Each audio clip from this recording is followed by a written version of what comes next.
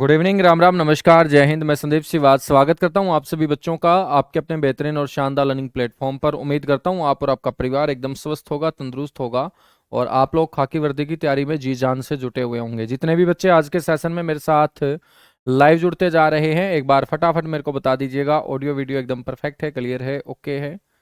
आशु, अतुल कुमार, बबीता पाल, प्रेम कुमार, खुशी, विवेक, लक्षिता, साक्षी, अतुल, दीपक, अर्जुन, कोमल, पारुल, प्रीतम।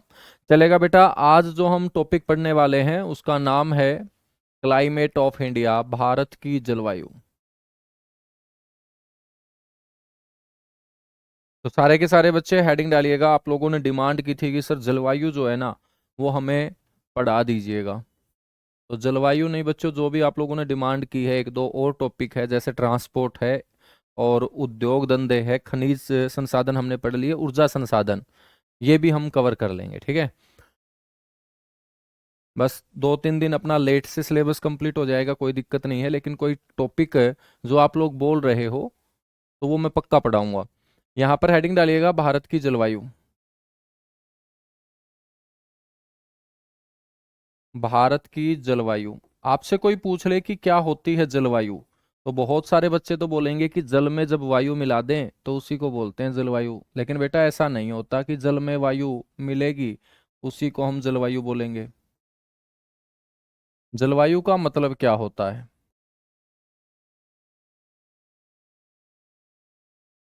बच्चों, किसी भी स्थान पर लंबे समय तक जो वायुमंडलीय अवस्था बनी रहती है उसी वायुमंडलीय अवस्था को हम क्या बोलते हैं? जलवायु बोलते हैं।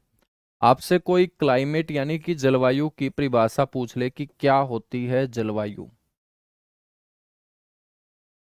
किसे बोलते हैं हम? क्लाइमेट। तो आपको बोलना है कि किसी भी स्थान पर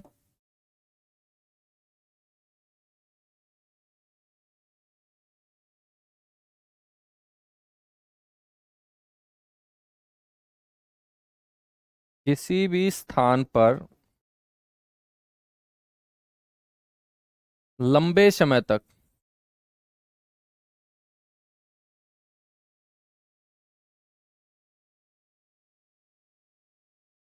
पाए जाने वाली वायुमंडलीय अवस्था।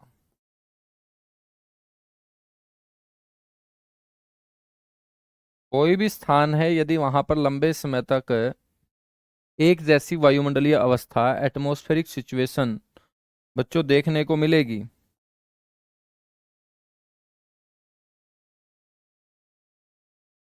उसी वायुमंडलीय अवस्था को हम जलवायु बोल दिया करते हैं।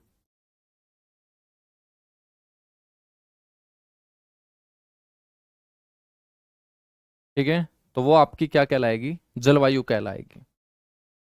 तो बच्चों हमने यहाँ पर जलवायु की डेफिनेशन में एक शब्द यूज किया है, लंबे समय तक। ठीक है, तो जलवायु हमेशा क्या होती है? लंबे समय तक होती है। जलवायु कभी भी आप शॉर्ट टाइम पीरियड के लिए नहीं देखोगे बल्कि लंबे समय तक देखोगे। तो सर जी लंबा समय कितना होता है? बच्चों कोई भी स्थान है और उस स्थान की जलवायु के बने रहने का जो न्यूनतम समय होता है, तो किसी भी स्थान की जलवायु के बने रहने का जो समय होता है, किसी भी स्थान की जलवायु के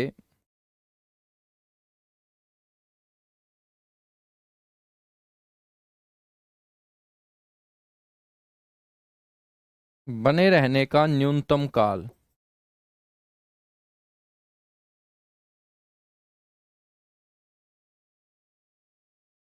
मिनिमम जो टाइम पीरियड होता है बच्चों,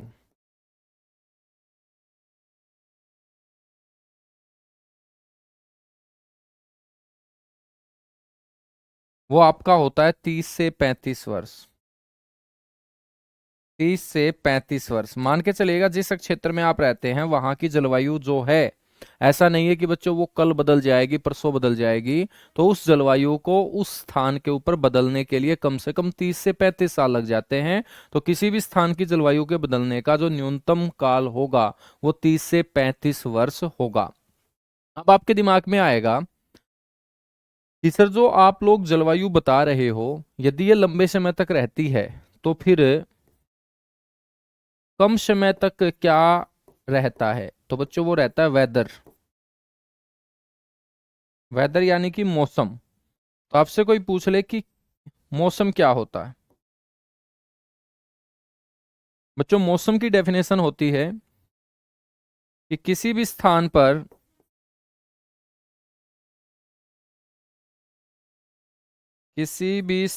पर अल्प समय तक, अल्प का मतलब होता है बेटा कम, कम समय तक पाए जाने वाली वायुमंडलीय अवस्था।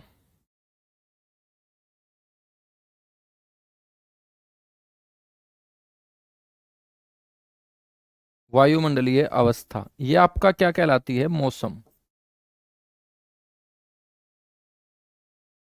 ठीक है। तो बेटा मौसम की डेफिनेशन में मैंने एक शब्द यूज किया है अल्प समय तक, यानी कि कम समय तक। और आप लोगों ने देखा होगा जब भी आप न्यूज एंकर को न्यूज बच्चों सुनाते हुए देखोगे, सुनोगे, तो वो आपको एक एक घंटे के अंदर, आधे आधे घंटे के गैप में बार बार मौसम की जानकारी देता रहता है। क्यों देता है? क्योंकि मौसम जो है ना वो पल पल बदलता है। यानी कि मौसम एक दिन में कितनी बार भी बदल सकता है, लेकिन जलवायु पल पल नहीं बदलेगी। जलवायु को बदलने के लिए कम से कम 30 से 35 साल लग जाते हैं। तो जो बार बार बदलेगा उसे मौसम बोलेंगे, जो लंबे समय तक बना रहेगा उसे जलवायु बोलेंगे। और बच्चों मौसम जो है ना उसकी फितरत आदमी के जैसी होती है। जैसे आजकल आदमी पल पल बदलता है, ठीक है ना। आज आप देखते हो कि आपके आसपास के फ्रेंड सर्कल में बहुत सारे ऐसे फ्रेंड होंगे जो मेरे दोस्त दिन में पता नहीं कितनी बार अपनी बातों से मुकरेंगे, है ना। तो आज आदमी की फितरत भी मौसम के जैसी हो रखी है। जैसे मौसम पल पल बदलता है ऐसे आदमी पल पल बदलता है। और बेटा मौसम पल पल बदलता है, इसीलिए बॉलीवुड के गानों में हमेशा बच्चों मौसम का ही जिक्र किया जाता है, जलवायु का जिक्र नहीं किया जाता।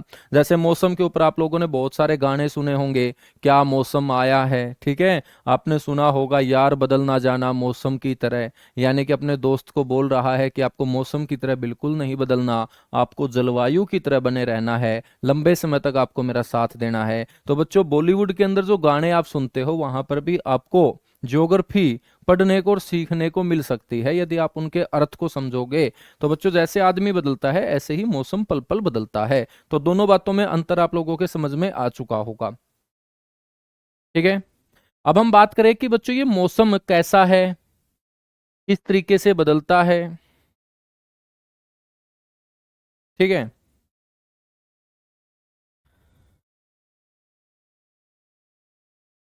तो बच्चों आपसे पूछा सर जी हमारे देश के नेता मौसम है, बिल्कुल अपने देश के नेता मौसम ही है बच्चों। ठीक है, जैसे मौसम बदलता है ऐसे देश के नेता बदलते हैं। तो बेटा हम बात कर रहे थे कि भारत के अंदर मौसम की जो जानकारी सबसे पहले मिलना स्टार्ट हुई वो कब मिलना स्टार्ट हुई?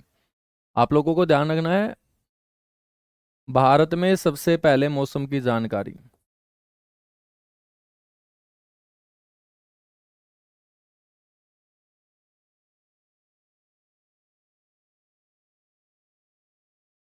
तो भारत के अंदर सबसे पहले मौसम की जो जानकारी है बच्चों वो 1875 के आसपास मिलना स्टार्ट हुई थी। ठीक है। तो भारत में सबसे पहले मौसम की जानकारी 1875 ईस्वी के आसपास।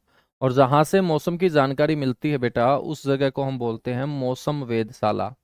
और आपसे कोई क्वेश्चन पूछ ले कि 1875 में जब अंग्रेज शासन कर रहे थे भारत के ऊपर, तो अंग्रेजों ने मौसम की जानकारी देने के लिए जो अपना सेंटर स्थापित किया था, मौसम वेधशाला जो स्थापित की थी बेटा वो कहाँ पर? तो प्रथम मौसम वेधशाला अंग्रेजों ने शिमला के अंदर स्थापित की थी बच्चों, जो कैपिटल है हिमाचल प्रदेश की। ठीक है।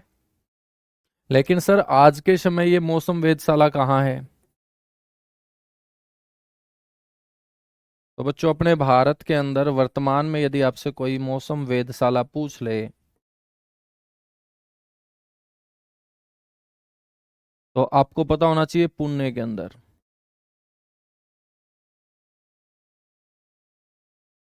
और बेटा ये पुणे कहाँ है? सर ये पुणे महाराष्ट्र के अंदर है, ठीक है। हम बात करें कि मौसम विज्ञान के अंदर कहाँ है, वेदर साइंस सेंटर।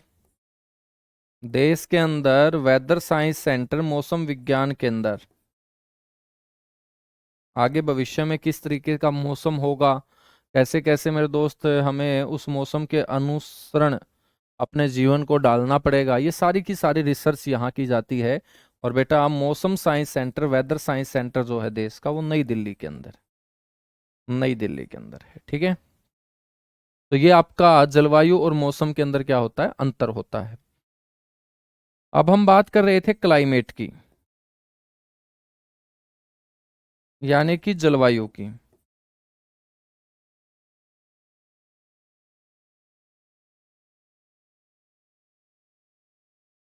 तो बच्चों आपसे कोई पूछ ले कि भाई भारत की जो जलवायु है वो कैसी है, तो बेटा भारत की जो जलवायु है,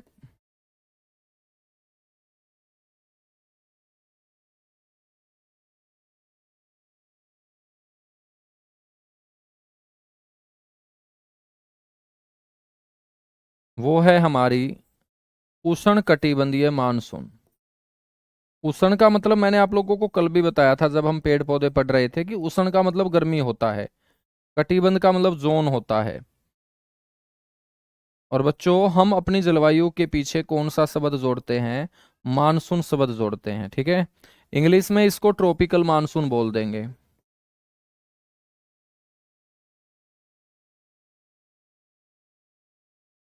क्या बोल देंगे बेटा, ट्रॉपिकल मानसून बोल देंगे, ठीक है। तो भारत की जलवायु कैसी है, उष्ण कटिबंधीय मानसूनी है।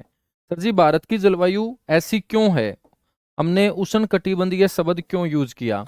तो बेटा हम बात करते हैं कि यदि ये हमारी पृथ्वी है, तो इस पृथ्वी को तापमान के आधार पर अलग अलग कटिबंध के अंदर बांटा जाता है। इस पृथ्वी को तापमान के आधार पर अलग अलग कटिबंध के अंदर बांटा जाता है।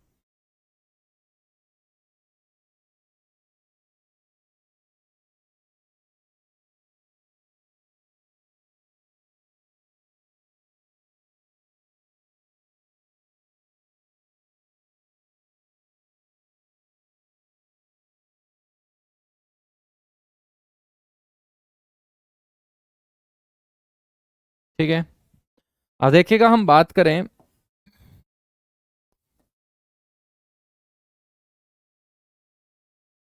तो बेटा ये वाली जो रेखा है ये है 23.5 डिग्री नॉर्थ लैटिट्यूड,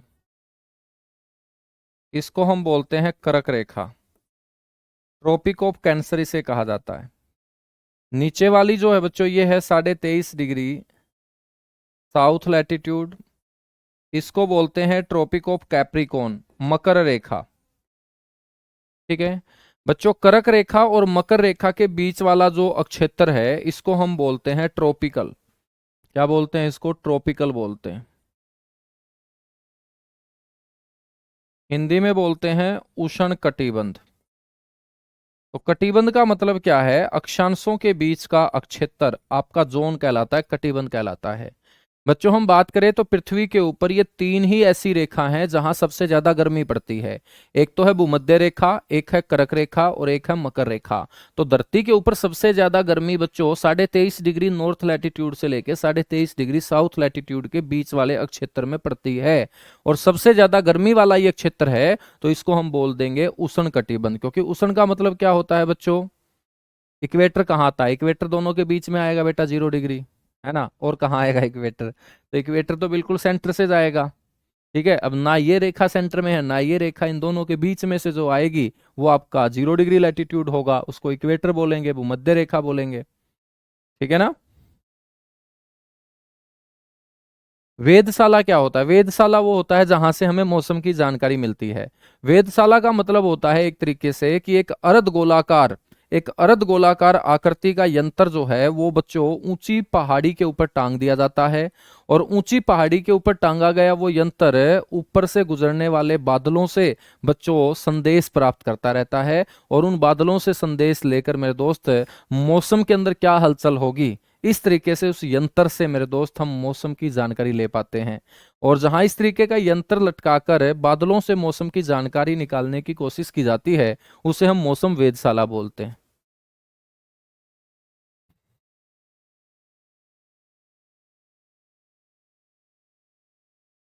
हिमानी जाओ उसको हम एटमॉस्फेयर में पढ़ेंगे बेटा, ठीक है ना, वो एटमॉस्फेयर का पार्ट होगा। तो ये उष्ण कटिबंध है।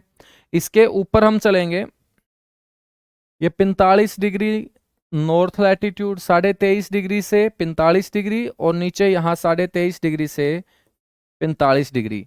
बेटा ये जो क्षेत्र होगा ना, इसको हम बोलते हैं सब ट्रॉपिकल।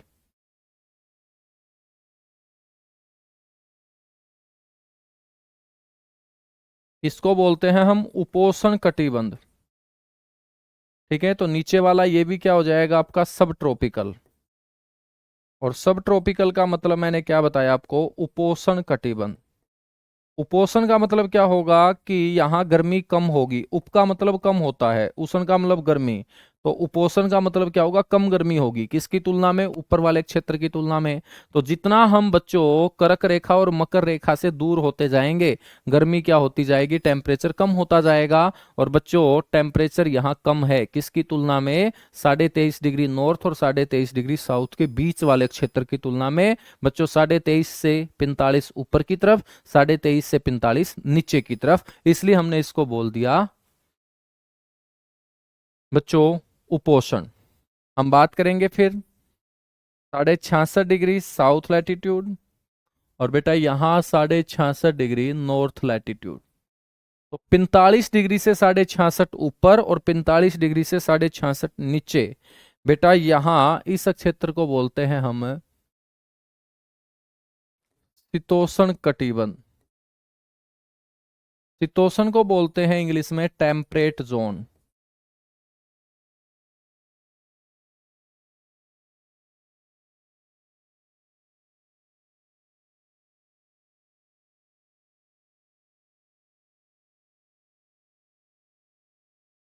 इसको क्या बोलते हैं बेटा, टेम्परेट बोलते हैं, ठीक है। शीत का मतलब क्या होता है, ठंड।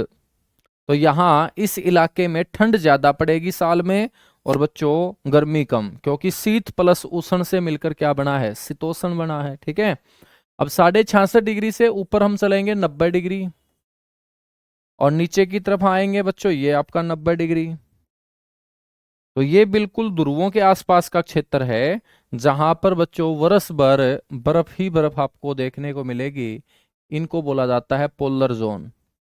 हिंदी में बोलेंगे बेटा ध्रुवीय कटिबंध, जहां पर हमेशा बर्फ ही बर्फ आपको देखने को मिलेगी।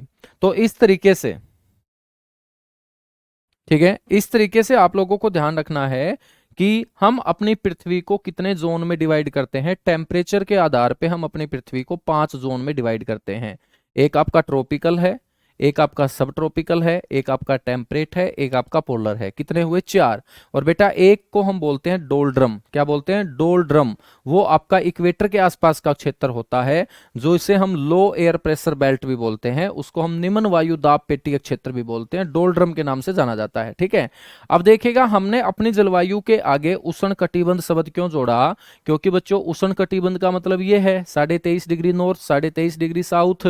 तो बच्चों अपने भारत का ज्यादातर जो हिस्सा है वो कौन से क्षेत्र में आता है, गर्मी वाले क्षेत्र में अपने भारत का सबसे ज्यादा हिस्सा आता है। इसलिए हमने अपने जलवायु के आगे क्या रख दिया, उष्ण कटिबंधीय शब्द। अब मैं आप लोगों को बताता हूं कि कैसे आता है। अब मैंने आप लोगों को पढ़ाया था बेटा इंदिरा पॉइंट। इंदिरा पॉइंट मैंने पढ़ाया था आपको, बिल्कुल पढ़ाया था सर। यदि ये इंदिरा पॉइंट है तो इंदिरा पॉइंट की वैल्यू क्या है, 6 डिग्री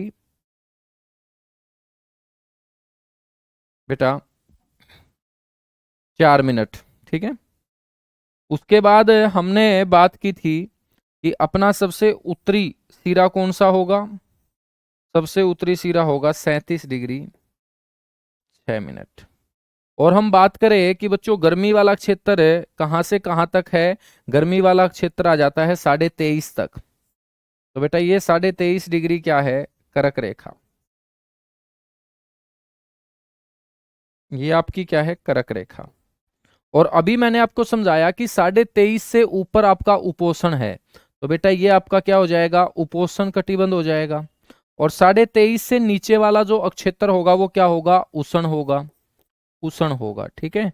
तो ये अपना भारत है जो 6 डिग्री 4 5 मिनट से लेके 37 डिग्री 6 मिनट तक फैला हुआ है अक्षांशों के बीच। अब मैं बात करूं कि कर्क रेखा तक यदि उष्ण कटिबंध है, तो बच्चों 23.5 में से यदि मैं यहां पर 6.5 माइनस करूं, तो आपका 17 डिग्री अक्षेत्र आएगा। कितने डिग्री अक्षेत्र आएगा? 17 डिग्री अक्षेत्र आएगा। और ऊपर की तरफ मैं बात करूं, तो मेरे बेटा 14 डिग्री अक्षेत्र आएगा। तो मैं आपसे पूछूं कि 17 ज्यादा है या 14 ज्यादा है, तो आप बोलोगे 17 ज्यादा है। और 17 ज्यादा है तो 17 डिग्री क्षेत्र कौन सा है? गर्मी वाला क्षेत्र। तो अपने भारत का ज्यादातर हिस्सा बच्चों गर्मी वाले क्षेत्र में आता है, इसलिए हमने अपनी जलवायु के नाम के आगे कौन सा शब्द जोड़ दिया? उष्ण कटिबंधीय, ट्रॉपिकल शब्द हमने ऐड कर दिया। तो सर जी आपने मानसून शब्द क्यों ऐड किया? क्योंकि बच्चों भारत की जलवायु को सबसे ज्यादा प्रभावित कौन करता है? मानसून करता है। आपसे कोई क्वेश्चन पूछ ले कि भारत की जलवायु को सबसे ज्यादा प्रभावित करने वाला कारक, तो आपको मानसून बोलना है। इसलिए हमने मानसून शब्द अपनी जलवायु के पीछे जोड़ा है। तो भारत की जलवायु को सबसे ज्यादा प्रभावित करने वाला फैक्टर है बच्चों, कारक है। क्योंकि किसी भी स्थान की जलवायु को प्रभावित करने वाले बहुत सारे कारक होते हैं, और उन कारकों की स्टडी करना ही बच्चों आपका जलवायु कहलाता है। कारक, या इसे हम इंग्लिश में क्या बोल देंगे? फैक्टर बोल देंगे। ठीक है।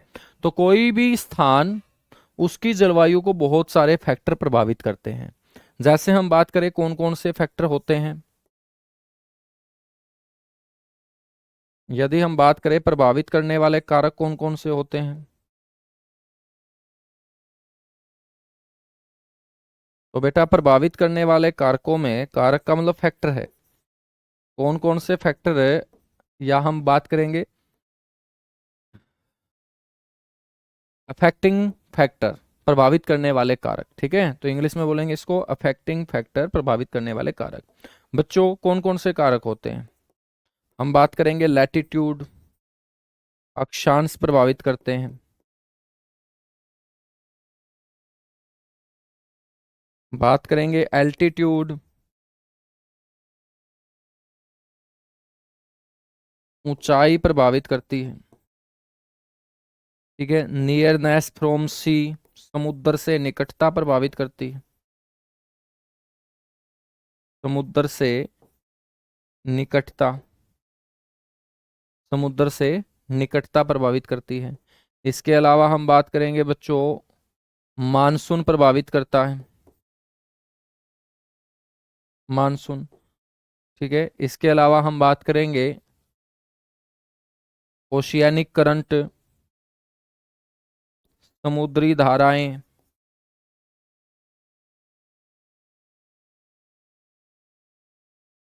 समुद्री धाराएं। ठीक है, फॉरेस्ट यानी कि वन मेरे बच्चों, वन। तो ये बहुत सारे फैक्टर होते हैं जो किसी भी स्थान की जलवायु को प्रभावित करते हैं। और एक तरीके से हम ये भी बोल सकते हैं कि बच्चों इनका अध्ययन करना ही आपका जलवायु कहलाता है। जब हम इन सारे के सारे फैक्टर की स्टडी करेंगे, इन फैक्टर की स्टडी करना ही बच्चों आपका क्या कहलाता है? जलवायु कहलाता है। जलवायु में हम इन्हीं को तो पढ़ते हैं। और किसको पढ़ते हैं? जलवायु में हम इन्हीं को तो पढ़ते हैं। ठीक है, तो भारत की जलवायु जो होगी वो उष्ण कटिबंधीय मानसूनी होगी। मानसून शब्द हमने इसलिए जोड़ा कि भाई भारत की जलवायु को सबसे ज्यादा ये क्या करता है? प्रभावित करता है। हम बात करेंगे यहां पर कि ये जो मानसून शब्द आपने सर बताया जो सबसे ज्यादा प्रभावित करता है, ये मानसून शब्द कहां से लिया गया है? तो बेटा ये मानसून जो शब्द है ना, ये अरबी भाषा का शब्द है।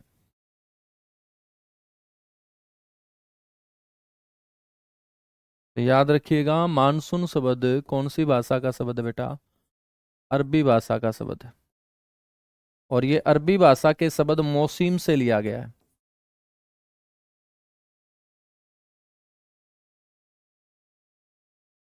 तो ये अरबी भाषा के शब्द किससे लिया गया है? मौसीम से।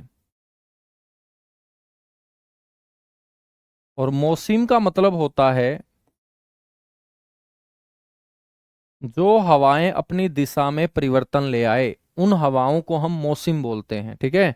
तो कोई भी हवा जब उस हवा के ऊपर कोई ना कोई फोर्स अप्लाई होगा तो बच्चों वो बल लगने के कारण उन हवाओं में जो परिवर्तन आता है, उन हवाओं में जो परिवर्तन आता है वो हवाएं जो अपनी दिशा में परिवर्तन ले आती है बच्चों, उन हवाओं को अरबी भाषा में मौसम बोलते हैं।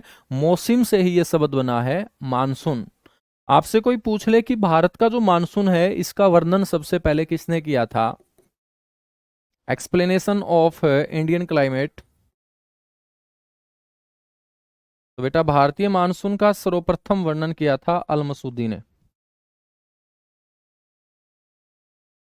भारतीय मानसून का सर्वप्रथम वर्णन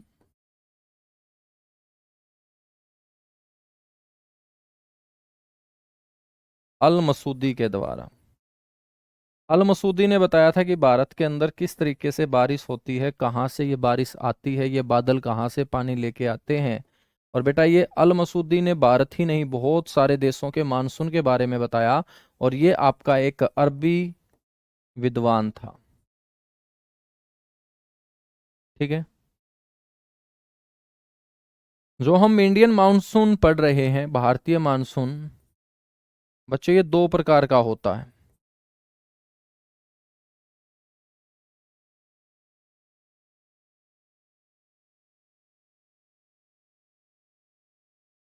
और मैंने आप लोगों को बताया कि भारत की जलवायु को सबसे ज्यादा प्रभावित कौन करता है? मानसून ही प्रभावित करता है।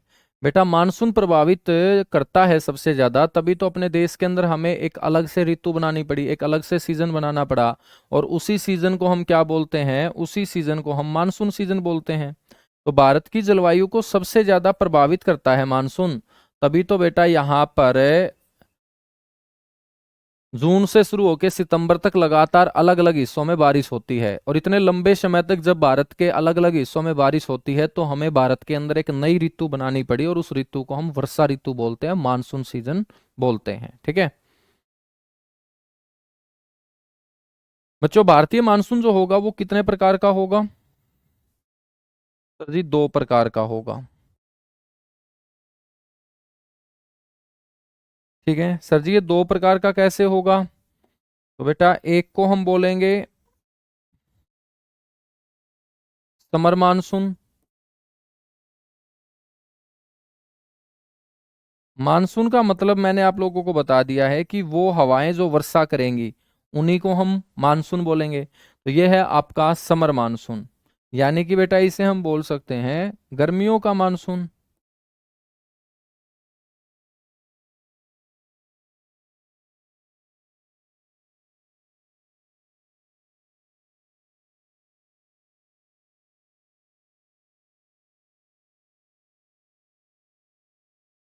ठीक है। और बेटा एक है विंटर मानसून।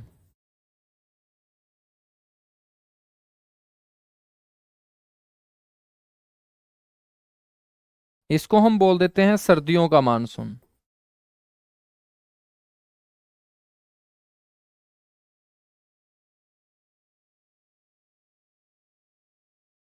ठीक है। हम बात करें तो ये गर्मियों का जो मानसून होता है बच्चों, ये बारिश कौन से महीने से शुरू कर देगा? तो आपको ध्यान रखना है, ये आपकी बारिश से शुरू कर देगा जून के पहले सप्ताह से ही।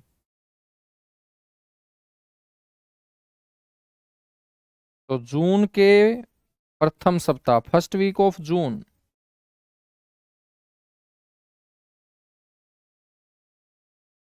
बच्चों सितंबर के मिड तक, मध्य सितंबर तक।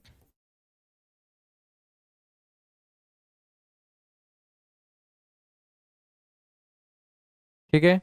इसको हम गर्मियों का मानसून बोलते हैं। सर्दियों का जो मानसून है ये आपका बारिश करना स्टार्ट कर देगा बेटा मिड अक्टूबर से दिसंबर तक।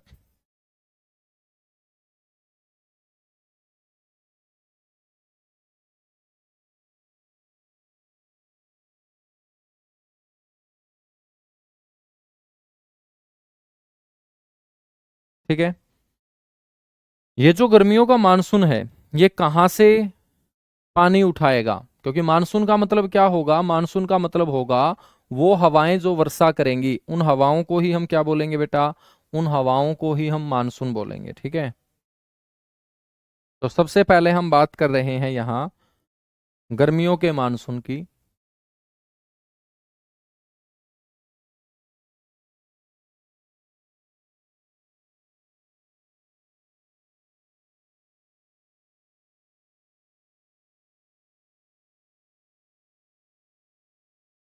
गर्मियों का मानसून, तो सबसे पहले हम गर्मियों का मानसून पढ़ेंगे बेटा।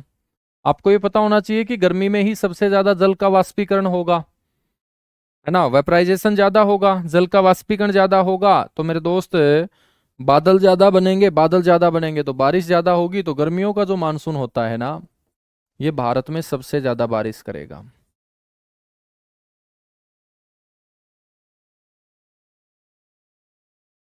ये भारत में सबसे ज्यादा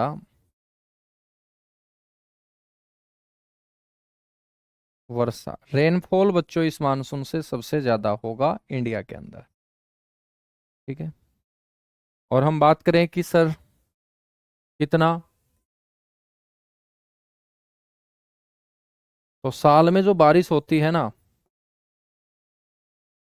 देश भारत के अंदर बच्चों, उस वर्षा का 80%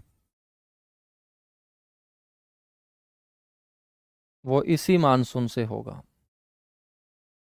ठीक है, मतलब गर्मियों में बारिश ज्यादा होगी सर्दियों की तुलना में, क्योंकि गर्मियों में जल का वाष्पीकरण ज्यादा होगा। ठीक है बच्चों, गर्मियों का जो मानसून मैंने आपको बताया, ये आपका दो शाखाओं में बटा होता है। कितनी शाखाओं में बटा होता है? गर्मियों में जो वो बारिश होगी बच्चों, वो दो जगह से पानी उठाकर हवाओं के द्वारा की जाएगी।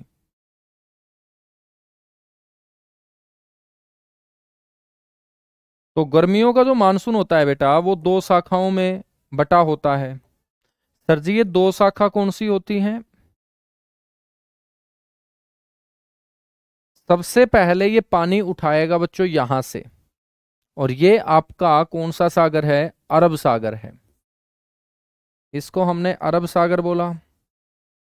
तो हवाएं सबसे पहले अरब सागर से पानी उठाएंगी, और बच्चों फिर बंगाल की खाड़ी से भी हवाएं गर्मियों के अंदर पानी उठाकर भारत के अलग अलग हिस्सों में बारिश करने का काम करेंगे। ठीक है, तो ये दो शाखाएं जो मैं आपको बता रहा हूं बेटा, इसमें एक तो अरब सागर की शाखा होगी,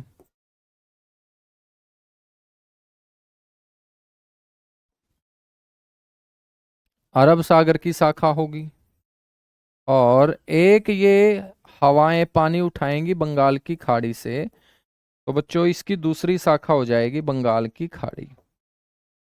आपसे कोई पूछ ले कि भाई अरब सागर की शाखा ज्यादा बारिश करती है भारत के अंदर गर्मियों में या बंगाल की खाड़ी, तो आपको पता होना चाहिए बेटा कि सबसे ज्यादा जो बारिश होती है वो अरब सागर की शाखा से होती है। 65% जो वर्षा होगी गर्मियों के अंदर, मैं गर्मियों का जिक्र कर रहा हूं सिर्फ, गर्मियों का मानसून हम पढ़ रहे हैं, और बच्चों शेष 35% जो बारिश है वो बंगाल की खाड़ी से होगी। किससे होगी? बंगाल की खाड़ी से होगी। ठीक है ना? अब ये बारिश होगी कैसे, अब हम समझेंगे। बेटा क्या होता है कि ये हवाएं सबसे पहले बारिश कैसे होगी ये आपको समझा रहा हूं। एक पॉइंट और लिख देता हूं फिर आपको समझाता हूं कि गर्मियों का मानसून जो है ना, इसकी शुरुआत कब होती है? तो गर्मियों के मानसून की शुरुआत होती है सर जून के प्रथम सप्ताह में।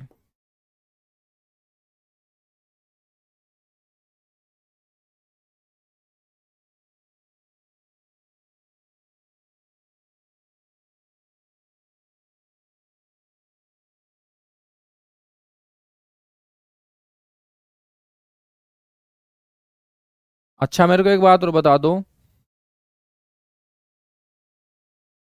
हाँ भाई ठीक है, मैं वरना तुम्हारी कोशिश कर रहा था कि संडे को क्लास ले लूं।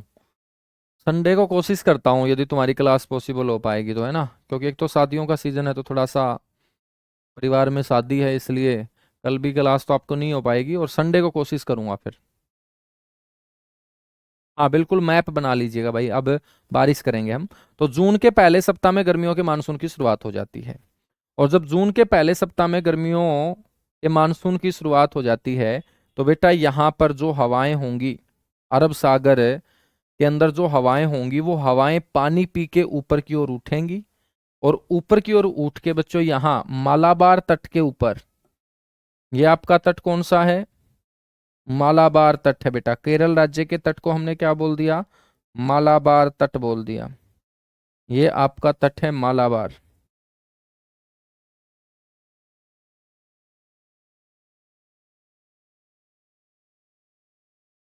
मालाबार तट, ठीक है।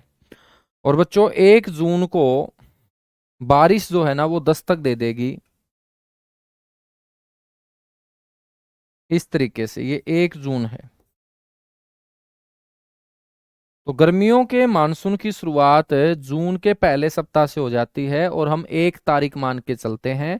और 1 तारीख को बच्चों केरल के अंदर सबसे पहले बारिश होती है, और केरल के बाद बच्चों तमिलनाडु के कुछ क्षेत्रों में बारिश भारत में सबसे पहले होती है। हम बात करेंगे मालाबार तट के ऊपर जो कार्डेमम नाम की पहाड़ी है, इलायची पहाड़ी है, वहां से बच्चों मानसून टकरा के केरल के मालाबार तट के ऊपर सबसे पहले बारिश करता है। क्या करता है? बारिश करता है। और हम बात करें तो ये बारिश कहाँ से आ रही है? नीचे की तरफ कौन सा इलाका है? दक्षिण। इस साइड कौन सा इलाका है? पश्चिम। तो ये बीच वाली जो दिशा होगी बेटा, ये आपकी कौन सी दिशा होगी? सर जी 1 जून को जो बारिश हो रही है, वो कौन सी दिशा से हवाओं के द्वारा पानी उठाकर हो रही है? बच्चों वो हो रही है दक्षिण पश्चिम से। कहाँ से? दक्षिण पश्चिम से। बच्चों दक्षिण पश्चिम से सबसे पहले बारिश करती है ये हवाएं। तो इस गर्मियों के मानसून को हम क्या बोल देंगे? हम इसको दक्षिणी पश्चिमी मानसून भी बोल देंगे। साउथ वेस्ट मानसून भी इसे बोल देंगे। तो गर्मियों के मानसून को कहा जाता है दक्षिण पश्चिमी मानसून।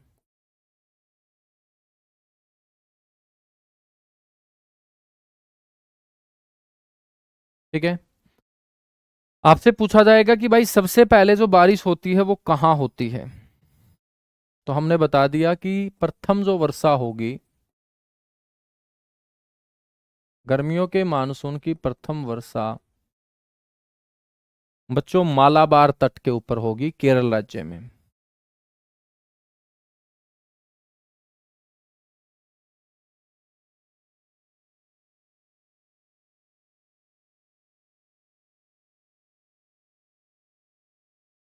मालाबार तट, केरल राज्य। केरल राज्य के मालाबार तट के ऊपर सबसे पहले बारिश होती है।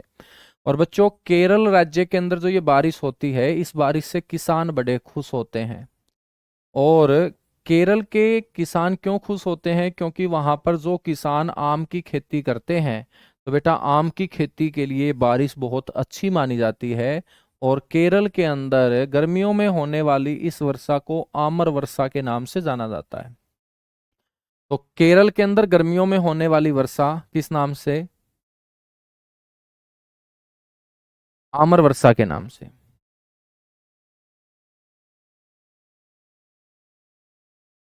अरे वाह मनीषा। सर जी आपका सिलेबस कम हुआ है। भाई मेरा सिलेबस कम कहाँ हुआ है, ये बताओ। है कम से कम तुम्हारा एक रजिस्टर तो पूरा का पूरा कंप्लीट होने को होगा। बड़े खतरनाक बच्चे हो यार तुम।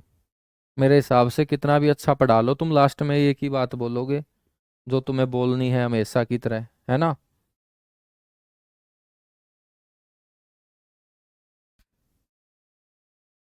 है भाई।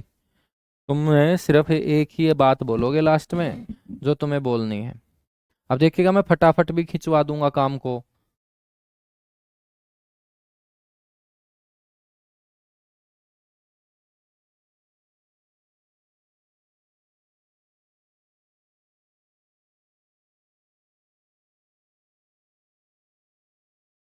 आवाज ठीक से नहीं आ रही।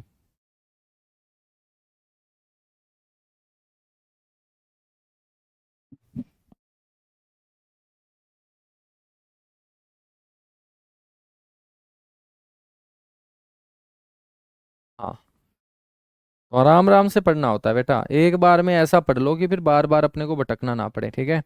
तो 1 जून को बारिश हो चुकी है कहाँ कहाँ, केरल और तमिलनाडु के अंदर। एक के बाद मेरे दोस्त ये बारिश होगी अब 5 जून को। कब होगी?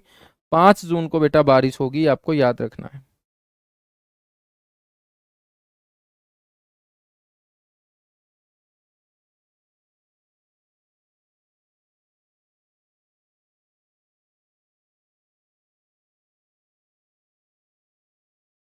इस तरीके से 5 जून, 5 जून, ठीक है ना। और 5 जून को बच्चों बारिश कहाँ हो रही है? कर्नाटक के अंदर, आंध्र प्रदेश का जो ऊपर वाला इलाका है, उत्तरी आंध्र प्रदेश के अंदर। बच्चों ये आपका छत्तीसगढ़ वाला इलाका है और उड़ीसा वाला इलाका है। तो यहाँ पर आपको याद रखना है कितनी तारीख को बेटा? 5 जून को बारिश होगी, ठीक है ना।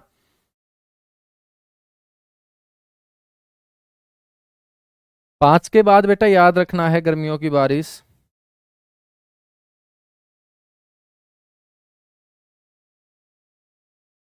इस तरीके से बारिश होगी फिर 10 जून को।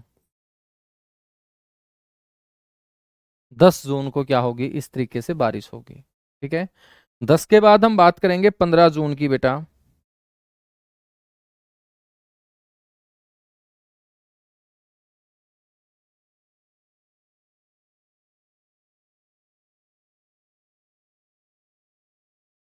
तो ये आपकी 15 जून को बारिश होगी इस तरीके से अलग अलग राज्यों के अंदर, जिसमें गुजरात आ जाता है, मध्य प्रदेश आ जाता है, उत्तर प्रदेश आ जाता है और फिर नेपाल तक मेरे दोस्त ये बारिश चली जाती है, ठीक है। फिर जुलाई के महीने में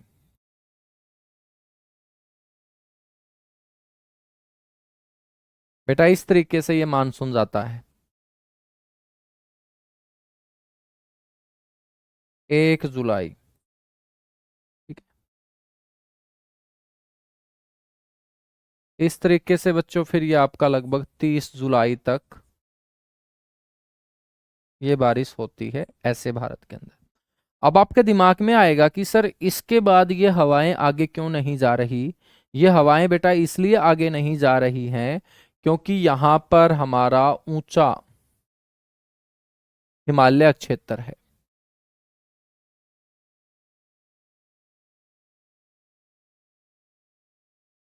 और बेटा ये ऊंचा हिमालय क्षेत्र इन हवाओं को आगे की तरफ जाने ही नहीं देता। तो ये हवाएं फिर सितंबर महीने, अब सितंबर तक ये हिमालय तक पहुंचती हैं और बेटा फिर सितंबर के बाद ये पलट के नीचे की तरफ आना स्टार्ट हो जाती हैं। जब ये हवाएं वापस टकरा के नीचे की तरफ आएंगी तो इनको हम लौटता हुआ मानसून बोलेंगे। क्या बोलेंगे? लौटता हुआ मानसून हम बोलेंगे,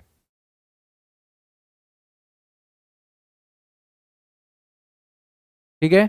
तो इस तरीके से क्या होती है? बारिश होती है अलग अलग राज्यों में। अब आपको ये कोई डेट वगैरह याद रखने की जरूरत नहीं है, जो लाइन में अब लिखवाऊंगा वो आपको याद रखना है। जैसे सबसे पहले बारिश कहाँ होगी? केरल राज्य के अंदर। केरल में इनको किस नाम से जानते हैं? आमर वर्षा। केरल के बाद बच्चों जब 5 जून के आसपास कर्नाटक में बारिश होगी इस मानसून से, तो कर्नाटक के अंदर इसे चेरी बलेसम के नाम से जाना जाएगा। तो गर्मियों के मानसून को हम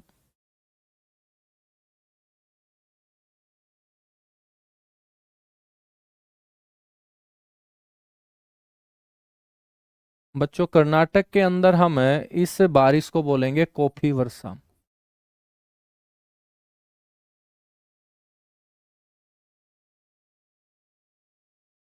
या बच्चों इसे कहा जाता है चेरी ब्लेसम।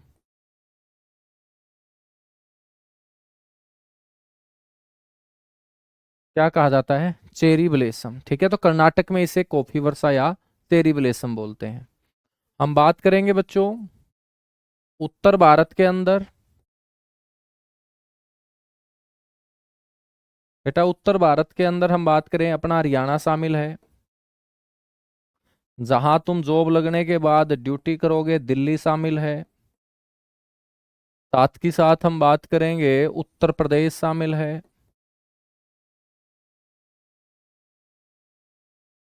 ठीक है। तो उत्तर भारत के अंदर बच्चों इसका जो नाम होगा ना वो होगा आंधी। तो आपको पता होगा उत्तर प्रदेश, हरियाणा, राजस्थान, दिल्ली, यहां पर जब भी गर्मियों में बारिश आएगी, बारिश से पहले क्या आएगी? आंधी आएगी। ठीक है ना? आंधी आएगी। हम बात करेंगे बेटा पश्चिम बंगाल के अंदर जब बिजली की तेज गड़गड़ाहट के बीच गर्मियों की बारिश होती है।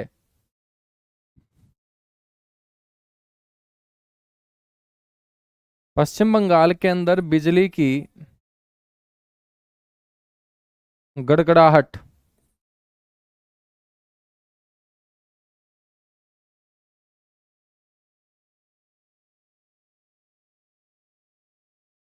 के साथ होने वाली बारिश को हम बोलते हैं काल बैसाखी। इस वर्षा को हम क्या बोल देते हैं? हम काल बैसाखी बोल देते हैं।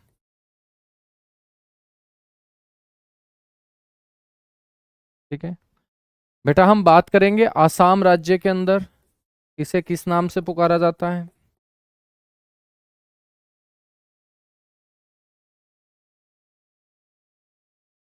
तो आसाम राज्य के अंदर इसे नार्वेस्टर के नाम से पुकारा जाता है। तो आपसे क्वेश्चन पूछ ले कि नार्वेस्टर वर्षा अपने भारत के कौन से राज्य के अंदर होती है? तो बेटा आसाम राज्य के अंदर इसे नार्वेस्टर वर्षा के नाम से जाना जाता है। अब हम बात करते हैं कि जो हवाएं 1 जून से यहां से पानी उठाकर इन राज्यों के अंदर उसने बारिश की, फिर 5 जून को पानी उठाकर यहां बारिश की। तो बेटा जब ये हवाएं अरब सागर से पानी उठा के इन राज्यों के अंदर पर्वतों से टकरा टकरा के बारिश करती है, तो इन हवाओं के अंदर पानी क्या हो जाता होगा? खत्म हो जाता होगा। क्योंकि जो पानी अरब सागर से उठाया वो पानी इन राज्यों के अंदर बारिश के रूप में नीचे की तरफ गिरा दिया गया। तो बच्चों जब ये हवाओं के अंदर पानी खत्म हो जाता है, तो इस पूर्वी तट को क्रॉस करते ही इन हवाओं को दोबारा से बंगाल की खाड़ी का पानी दिखाई दे जाता है।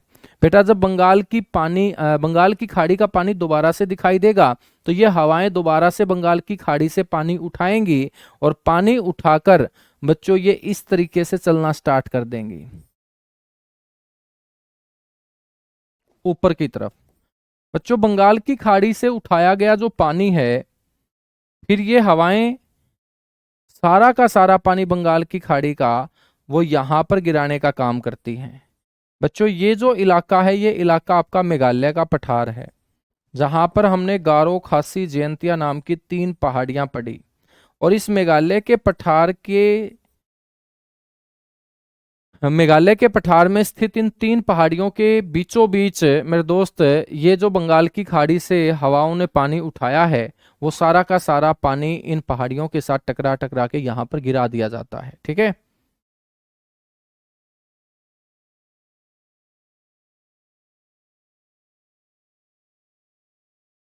बिल्कुल, ये मानसून किसी नदी से भी पानी ले सकते हैं। नहर से तो क्या पानी लेंगे भाई, नहर में इतना पानी कहाँ होता है दोस्त। हाँ ठीक है, यदि कोई चौड़ी नदी है जैसे गंगा है, ब्रह्मपुत्र है, यदि गंगा और ब्रह्मपुत्र के ऊपर से मेरे दोस्त हम बात करें तो गर्मियों में गंगा और ब्रह्मपुत्र का जल का भी वाष्पीकरण होता होगा, वेपराइजेशन होता होगा। उसके ऊपर से जो हवाएं गुजर रही हैं वो हवाएं भी पानी उठाती होंगी। ठीक है? तो बेटा बंगाल की खाड़ी से जो हवाएं यहां से चली थी, अलग अलग राज्यों में बारिश करने के बाद वो हवाएं वापस से प्यासी हो जाती हैं। बच्चों वो दोबारा से बंगाल की खाड़ी का पानी उठाती हैं। बंगाल की खाड़ी का पानी उठाकर उत्तर पूर्व की ओर आगे बढ़ती हैं। उत्तर पूर्व में बांग्लादेश होते हुए जब मेघालय के पठार पे पहुंचती हैं, तो मेघालय के पठार में इन 3 पहाड़ियों के बीचों बीच ये बंगाल की खाड़ी का मानसून बच्चों क्या है? फंस जाता है। और ये हवाएं तब तक इन पहाड़ियों के बीच से नहीं निकल सकती जब तक सारा का सारा पानी यहाँ पर ना गिरा दिया जाए। और बच्चों यही कारण है कि विश्व में सबसे ज्यादा जो वर्षा है वो आपकी मेघालय में होती है। मेघालय का नाम मेघालय क्यों है? बच्चों वहां पर बादल खींचे चले आते हैं, बादलों का घर ही तो मेघालय कहलाता है। तो विश्व में सबसे अधिक वर्षा,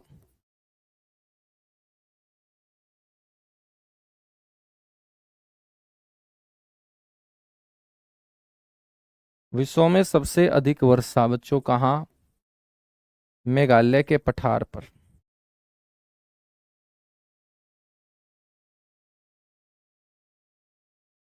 ठीक है। और मेघालय के पठार के ऊपर बेटा इस वर्षा के लिए है 3 पहाड़ियां जिम्मेदार, गारो, खासी और जयंतिया।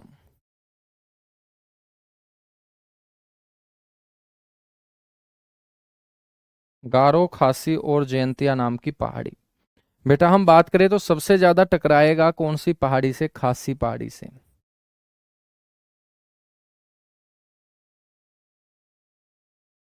सबसे अधिक। और जब सबसे अधिक मानसून इस पहाड़ी से टकराएगा तो इसी पहाड़ी के ऊपर है मेरे दोस्त आपका स्थान मासिन राम। मासिन राम। सर जो सबसे ज्यादा बारिश हो रही है मेघालय के पठार पर, ये कौन सी शाखा कर रही है बारिश? तो बेटा ये हवाएं कहाँ से पानी उठा के लेके आई हैं? बंगाल की खाड़ी से। तो अरब सागर का योगदान नहीं, बल्कि मेघालय के पठार के ऊपर जो बारिश होती है बच्चों, वो बंगाल की खाड़ी की शाखा से होती है।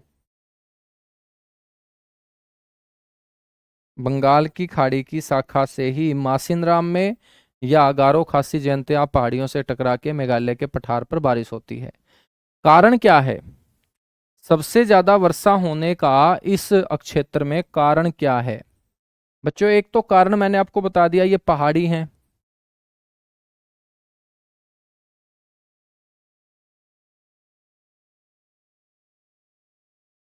एक कारण तो है बच्चों गारो खासी जयंती पहाड़ी।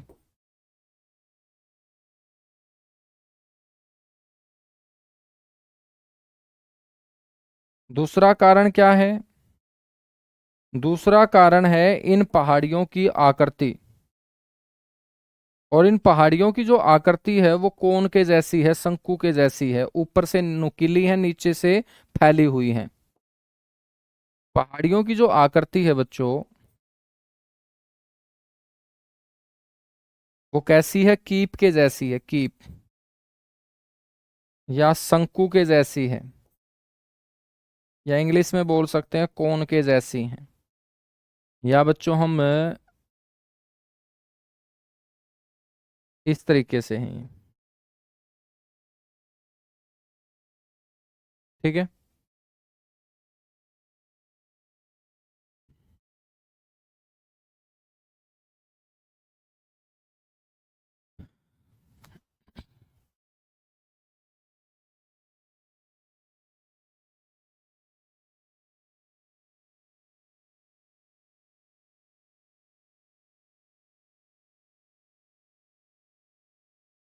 यहां तक चीजें क्लियर हुई? एक बार फटाफट बताएगा बेटा। तो ये आपका गर्मियों का मानसून है। ठीक है, ये आपका गर्मियों का मानसून है।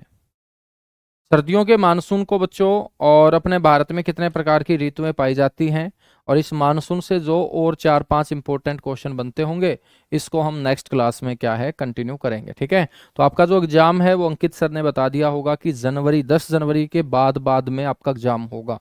ठीक है। तो बच्चों तब तक आपका इकोनॉमिक्स भी हो जाएगा, तब तक आपका ज्योग्राफी भी हो जाएगा। बहुत सारे बच्चे ये सोचेंगे कि सर रिवीजन कब करें? तो बेटा रिवीजन अब करोगे ना, और कब करोगे? ठीक है। जो पहले के चैप्टर हो चुके हैं उनकी आप रिवीजन साथ की साथ करते रहो।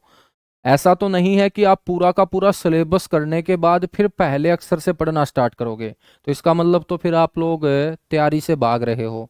यदि जो बच्चा ऐसा चाहता है कि एक बार पूरा सिलेबस होने दो, उसके बाद फिर हम रिवीजन करेंगे, फिर हम पेपर देने जाएंगे, तो बेटा हमें कोई यहाँ पर समय 1 साल नहीं मिल रहा। जब नोटिफिकेशन आया था, जब हम बैच स्टार्ट किए थे, तो लगभग 3 से 3.5 महीने का हमारे पास समय था। ठीक है। और इस समय में अपने को साथ की साथ पहले के चैप्टर की रिवीजन करके चलनी पड़ेगी। रिवीजन करके अपने को चलनी पड़ेगी। सर जी टाइम नहीं मिलता, बेटा टाइम तो निकालना पड़ेगा। ठीक है ना। क्योंकि आप लोग सिर्फ 2.5-3 महीने आपके पास हैं, और इन 2.5-3 महीने में बाकी सारे के सारे काम छोड़ के आपको पूरा का पूरा फोकस इस भर्ती के रिटन एग्जाम को क्लियर करने पे लगाना होगा। फिर आपका मेरे दोस्त फिजिकल होगा। ठीक है ना। तो साथ की साथ आप पहले के चैप्टर जो है ना,